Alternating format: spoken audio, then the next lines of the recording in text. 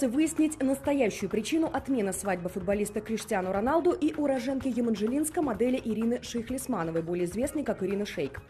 Начнем с того, что Ирина не говорила мне, что она татарка. Потом меня шокировали их свадебные традиции. Я известный футболист, я зарабатываю 11 миллионов евро в год, а они хотят, чтобы на выкупе я зарезал лошадь или гуся. Что это вообще такое? Гуся. Немалую роль в отмене свадьбы сыграл и тот факт, что друзья Криштиану попросту отказались ехать в Еманжелинск. Не поеду я к татарам. После игры с Рубином в Лиге Чемпионов я их вообще видеть не хочу.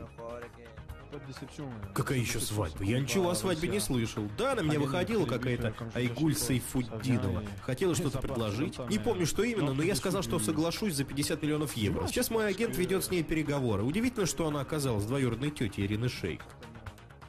Сама Ирина Шейк придерживается другого мнения по поводу разлада отношений с Криштиану. Меня раздражало, что